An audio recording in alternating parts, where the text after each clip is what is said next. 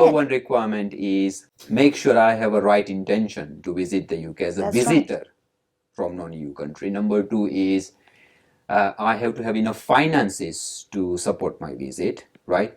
And number three is I have to have adequate accommodation to stay during my visit. And number four is I need to justify my intention to leave the UK after completion of my visit. That's right. So these are the four requirements. That's right. All right, that's good. Now, how do we satisfy each requirement? What document exactly I should submit to make sure I satisfy the requirement to get my visit visa? Well, for the intention, you get a letter, put down on a piece of paper. Why do you want to visit the UK? Okay, fine. Be it for visit family. If you visit family, then you do ensure that you provide some evidence of that family member. Are they your friends? Is he your sister, your brother? How they are related to you? It's very important. So I would say, get a passport copy. Get them to write you an invitation letter. Yeah. Short paragraph confirming who are you, who they are, why are you visiting them, and if you are going to be staying with them, then make sure that the information is on your letter. So that means that invitation letter doesn't need to be too complex. It can be factual, and it can be on a simple A4 size paper. A4 size paper. Okay. You don't need to approach so a it doesn't lawyer. need to be notarized and attested by a lawyer. You don't need any stamp, as long as it's a statement, a genuine statement, short, to the point, and that should do. Okay, so that's invitation probably from my friend. Well, let's say if I'm visiting a business, then an invitation letter from the business. From the business. So that's done. What if I want to visit, let's say, a London Bridge? Then that's fine. Or it's if I leisure. want to visit, let's say, Madame Tussauds Museum here. That will be a letter from yourself suggesting that these are your intention. Then so you I will write be on a piece of paper, this is what I want to do. So that means I have met the requirement. Some of the requirements. The first requirement I met about the intention of visit the UK. But when you write this letter, do make sure that you put the dates. Give some more than saying I want to more information. Okay, just be honest, be transparent to those people that are actually making a decision. Provide maximum information about my proposed visit with relevant evidence. That's done. So we are done with requirement one. Yeah. The next requirement is finances. Let's talk about finances. What document should I provide to make a powerful application for visit visa? For finances. Short point to make on that. There is no set requirement of the funds that you need to have. Do I need £5,000 or do I need £10,000? No.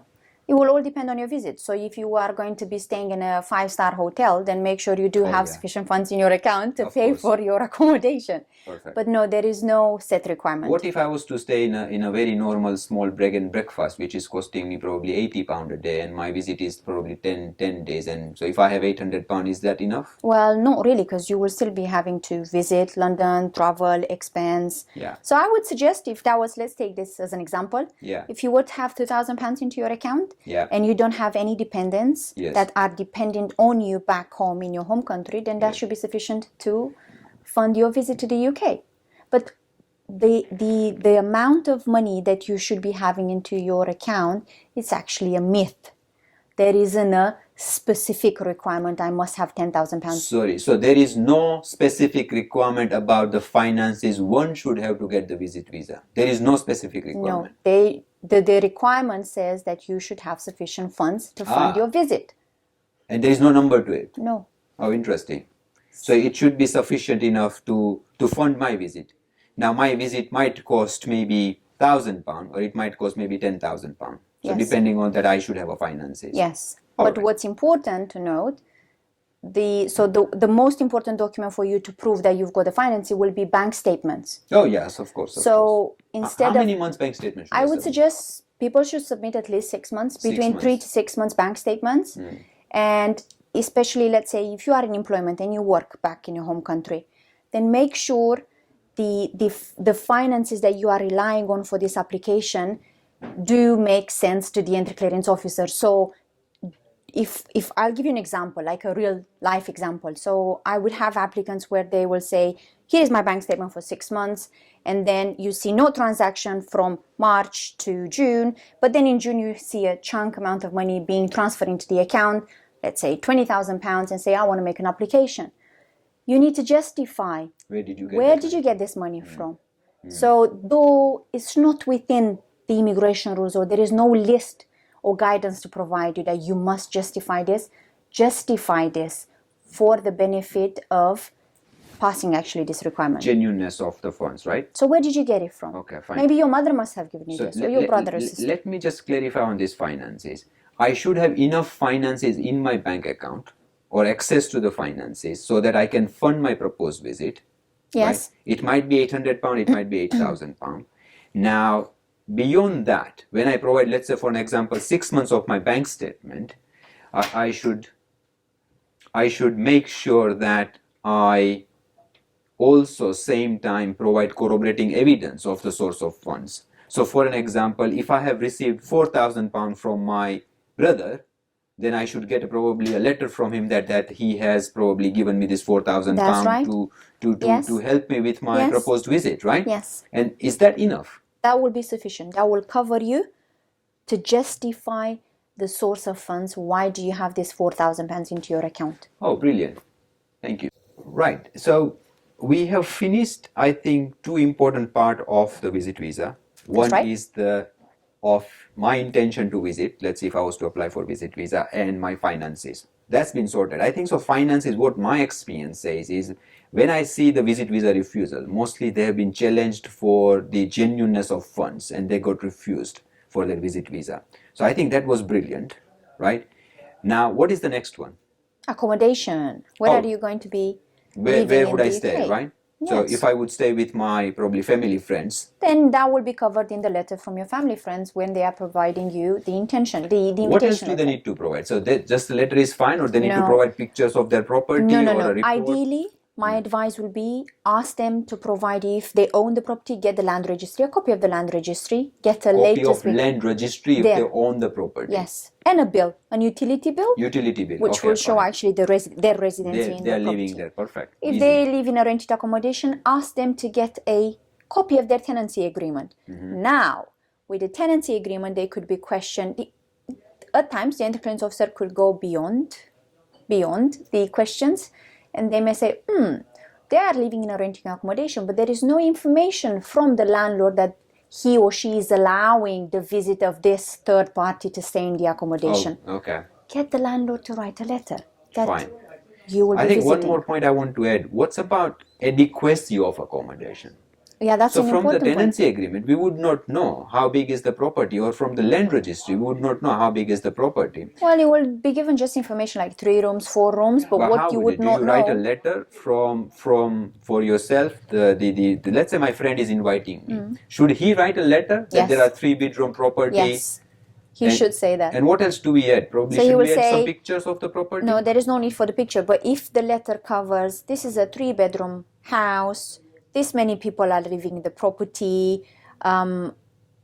If the property is not overcrowded, if the applicant was to join, then that should be sufficient. And what is overcrowded? Let's say my friend is husband, wife and 2 children, right? And they have, let's say, 2-bedroom or 3-bedroom whole kitchen property, or let's say 2-bedroom whole kitchen property. Do you think I can stay there? So they have husband, wife, 2 children. So 2 children are living in one room. Husband, wife is living in a room, and there is 2-bedroom whole kitchen. Of course, there is a living room.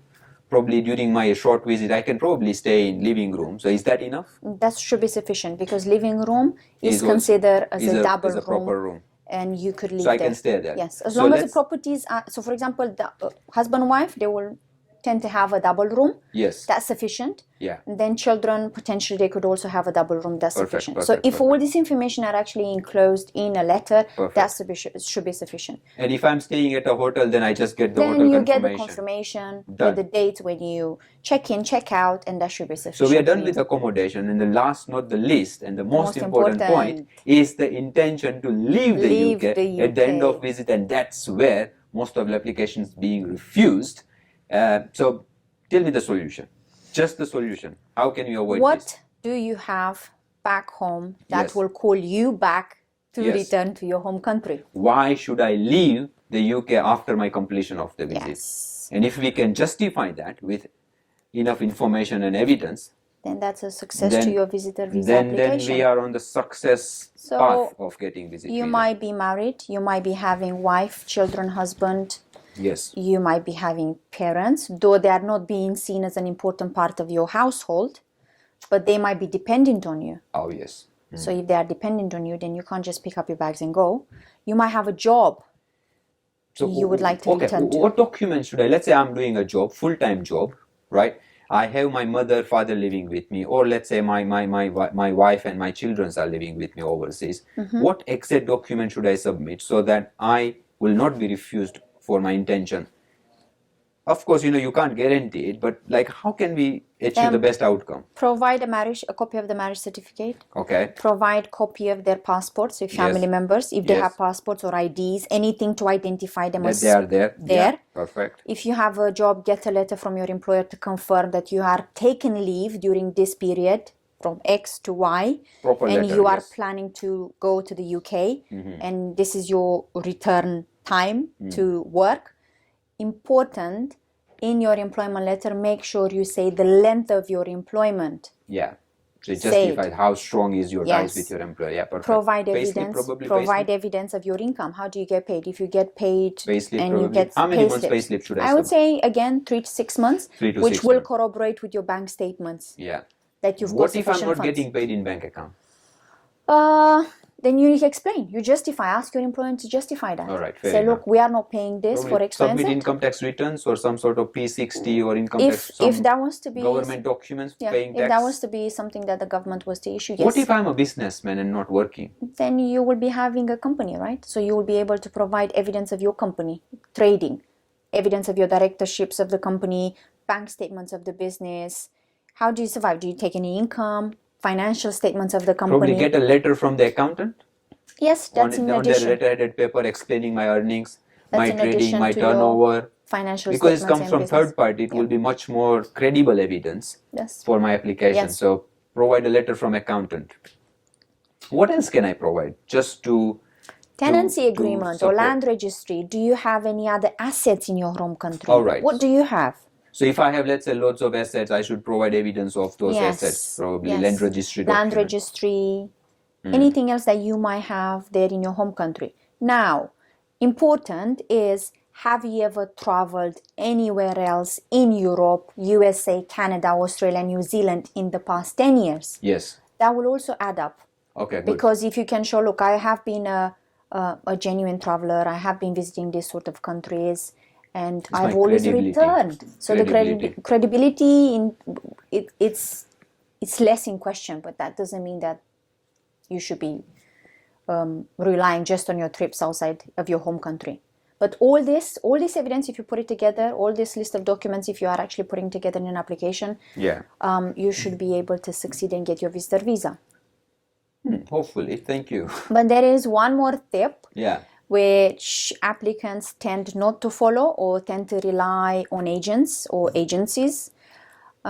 Do read your application form. Oh, Read the interesting. question in the application form, because the questions listed on your application form will determine the decision of your application, because you will be asked question about your finances, Yes. accommodation. So Yes. if you are saying in your application form that I'm planning to spend on my trip £5,000, but your bank account says that you only have a balance of £3,000, and clearly that doesn't come together. It's Support not the claim, corroborating. yes. So Now, you, if I'm you've ever sorry. been So you mean to refused- say I should read the question myself? Yes. What if I don't or can't read the English? Then just you in ask case. someone who is Who can read the able English properly? to read and actually Interpret, confirm the yes. questions and the answers. Just confirm the answers. Just Yeah. make sure. Do not rely on a third party to complete or provide the answers to your application. My experience important. is like, I have seen lots of refusals where applicants were refused for not providing the correct information of their immigration history. That's right. For an example, if they were refused previously, probably 10 years back, and if they don't disclose that, it might lead to a refusal alleging the deception. It's likely. That's harsh, but that's the reality. So I think what I want to add here is one should read their applications form properly, interpret that question, not to rush and then provide the precise, correct information when completing the application. I think so. That's brilliant advice. I think that's very important piece of information. Thank you. Yeah. Anything else you want to add? Probably. Can you think of anything? No, that's it. Great. So I think that's very comprehensive advice. Thank you so much for sharing. No problem.